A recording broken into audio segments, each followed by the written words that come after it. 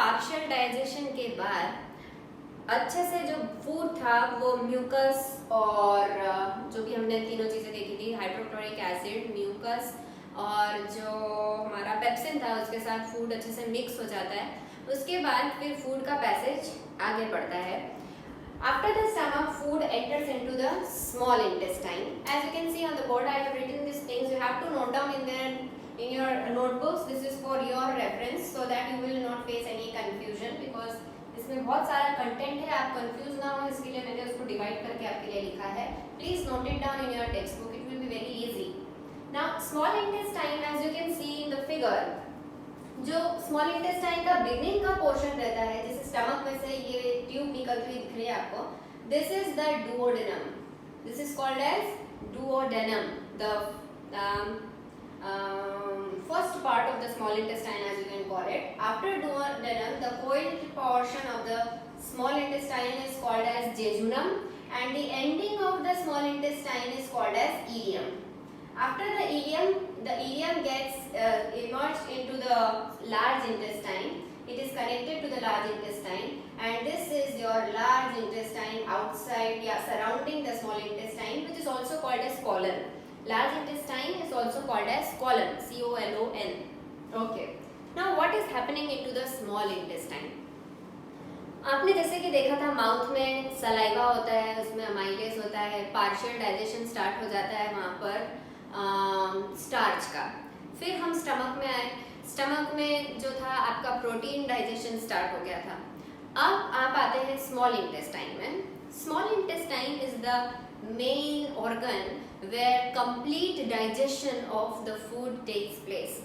Food में जो main components थे हमारे, जो कार्बोहाइड्रेट, प्रोटीन एंड फैट, ये तीनों का कंप्लीट डाइजेशन, पूरा डाइजेशन या कंप्लीट ब्रेकडाउन, ताकि वो आराम से एब्जॉर्ब हो सकें, it happens into the small intestines. Okay. Now the small intestine, as we studied, it has three parts: duodenum, jejunum, and ileum. These parts, they get the secretions of three types. First secretion is obtained from the liver. The liver is, as I told you earlier, it is the main gland which secretes all sorts of enzymes which are necessary for digestion. In fact, liver is the largest gland which is present in your body. Human adults में वो 1.3 से 1.5 kilograms तक heavy हो सकता है. So it is the largest gland which is present in your body. This liver secretes bile juice.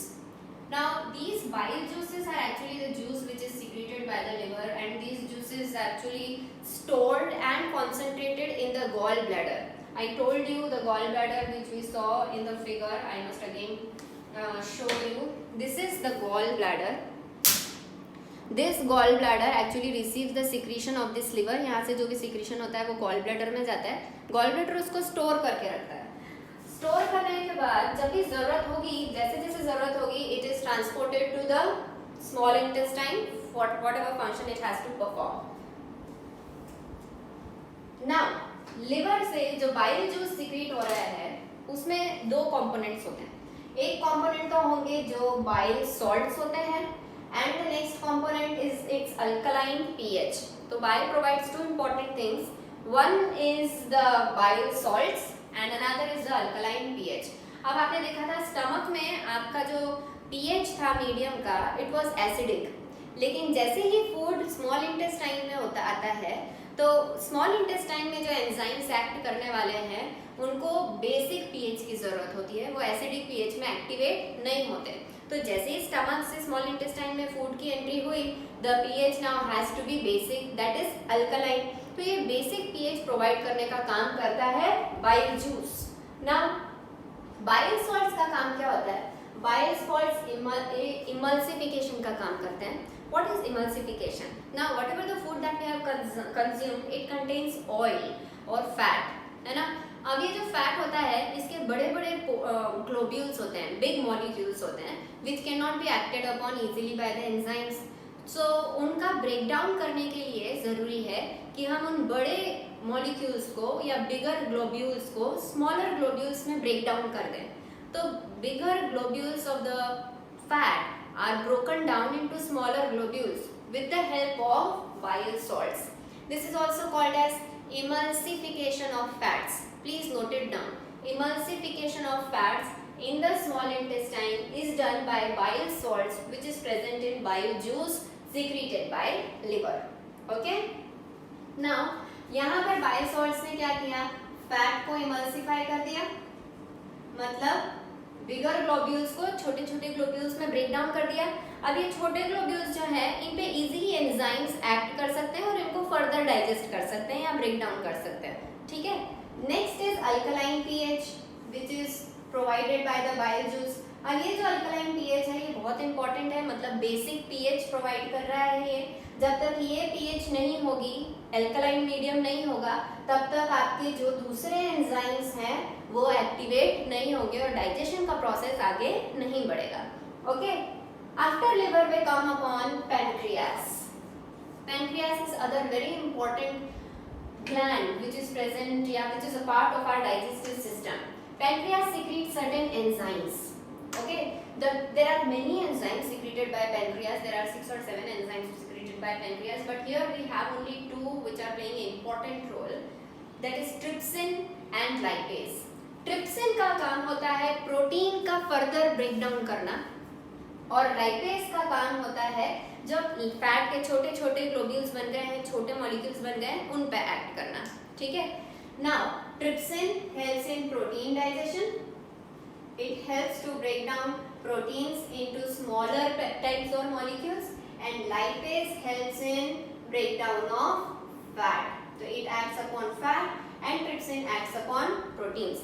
अभी भी complete breakdown नहीं हुआ है और आगे फर्दर सबसे छोटे मॉलिक्यूल्स में अगर ब्रेकडाउन करना है तो उसके लिए जरूरत पड़ती है इंटेस्टाइनल जूस की।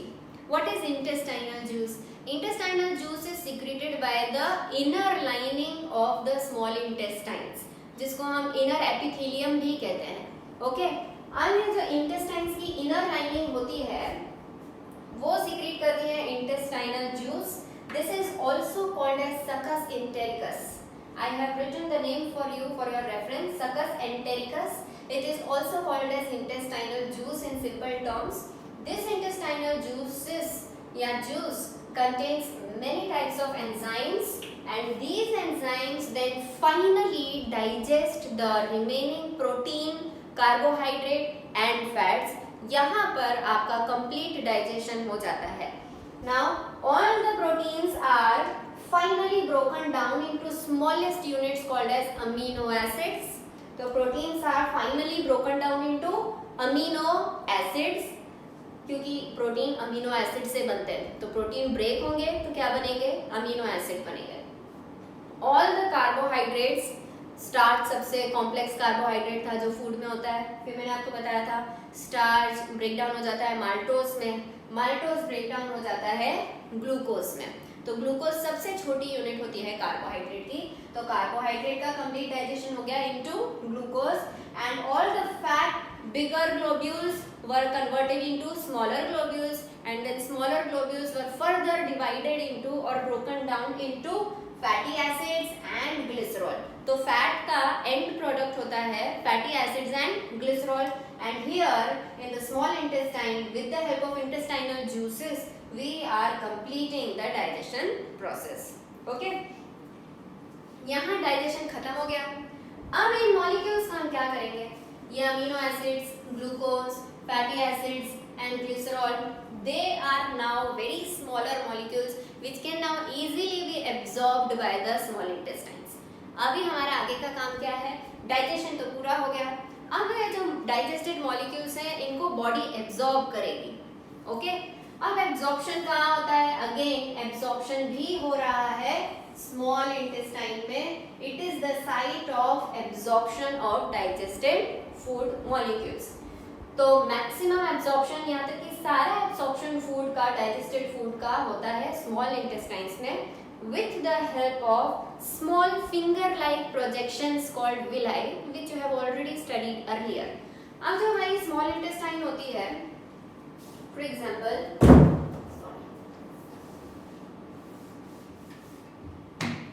suppose this is your small intestine, okay, These small this is the outer lining of the small intestine and this is the inner lining. This inner lining is composed of small, very small microscopic finger-like projections. These finger-like projections are called as villi. Many people call it villi also, you can call it anything. Your spelling must be correct. And this villi or villi are composed of a large network of blood capillaries.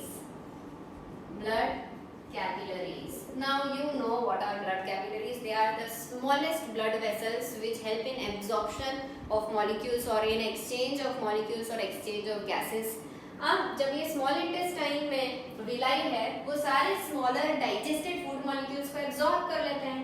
Absorb करके ये जितने भी molecules थे ये सब चले जाते हैं ब्लड में with the help of this blood capillaries. यहाँ बहुत सारी ब्लड कैपिलरीज होती हैं।